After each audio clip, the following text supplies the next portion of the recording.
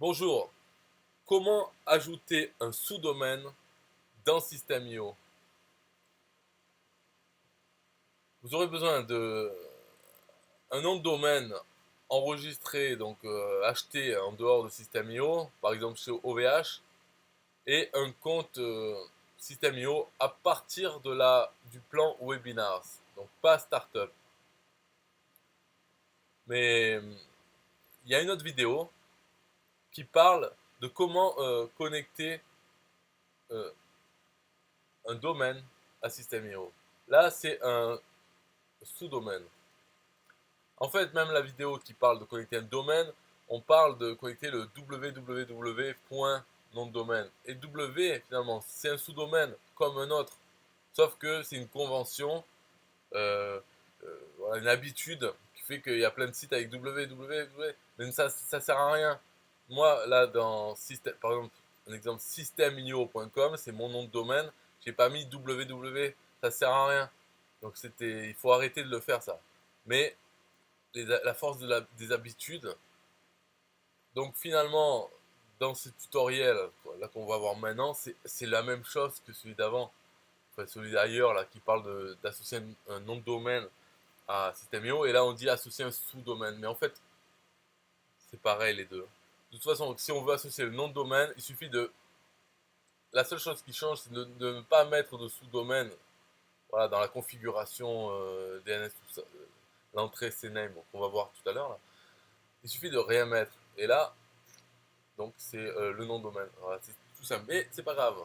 Donc important, une entrée CNAME ne peut pointer que vers une seule destination. Si vous voulez utiliser ce sous-domaine pour vos tunnels de vente, le sous-domaine ne portera que sur vos tunnels et non sur un site web extérieur. C'est-à-dire on ne peut pas avoir son WordPress et ses tunnels System.io avec la même adresse. Voilà. L'étape 1, il y a deux étapes. Première étape, c'est aller modifier les informations dans son nom de domaine. Et la deuxième étape, c'est aller dans System.io pour dire ça y est, ce nom de domaine, je l'ai fait pointer vers mon compte System.io. Maintenant, ajoutez-le dans votre configuration. Il y a ces deux étapes. Alors là, il montre l'exemple avec OVH, mais peu importe la société où vous avez acheté votre nom de domaine, ce que vous devez faire, c'est aller dans la zone DNS et ajouter une entrée de type CNAME. Voilà, ajouter une entrée CNAME. Donc, il demande deux champs, c'est quel sous-domaine et quelle est la cible. Donc, le sous-domaine, vous mettez, par exemple, si c'est vente, vente.votrenomdedomaine.com, vous mettez vente ici. Et la cible, c'est toujours la même, c'est customer.target.system.io. Voilà, c'est toujours pareil. Et c'est là que je dis, si on ne met rien dans ce domaine, eh ben, ça va pointer le domaine sans rien devant. C'est pareil. Donc la cible, c'est toujours la même parce que justement après dans System.io, on lui dit, dans la configuration de notre compte, on lui dit, moi j'ai associé ce sous-domaine et ce nom de domaine à mon compte System.io. Donc dans l'entrée CNAME, là, ça va, quand on va taper vente.votrenomdedomaine.com, hop, ça va le rediriger vers customer.target.system.io qui lui, System.io, va voir à qui il est ce nom de domaine, à tel client, ok, hop, donc j'emmène vers ces pages. Donc là, cliquez suivant, suivant, valider. Alors après, ce qu'il faut faire, c'est vérifier qu'on n'a pas fait d'erreur. Enfin, s'assurer que aussi que l'information a été propagée sur Internet. Donc avec un site comme dnschecker.org, on rentre son sous-domaine avec son nom de domaine, tout ça. On choisit type CNAME et on fait search. Et là, ça va utiliser plusieurs ordinateurs dans le monde pour aller interroger, pour voir qu'est-ce qu'il y a à cet endroit. Et si on retrouve customer.target.system.io, s'il y a une coche verte, ça veut dire que l'information s'est propagée. Et à ce moment-là, on peut aller dans System.io pour dire, donc dans le menu en haut à droite sur la photo de profil, donc on clique dessus, c'est nos paramètres, et on choisit nom de domaine personnalisé, qui n'est disponible qu'à partir du plan webinar.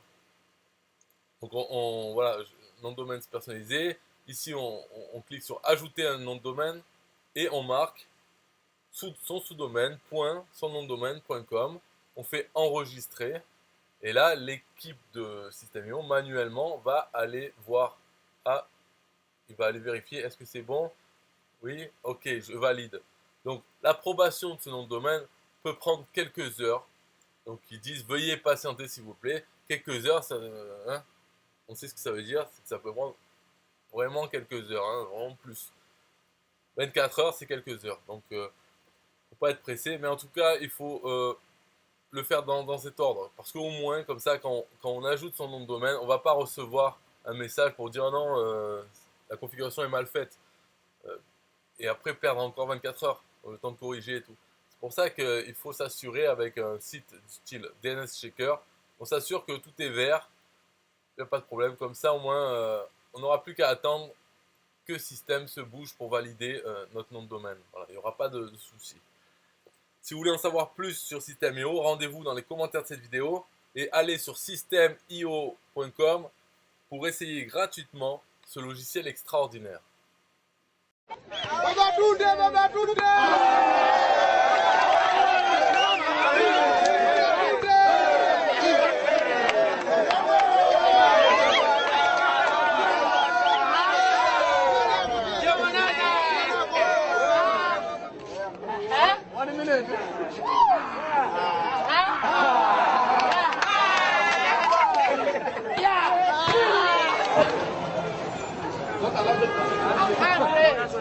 What?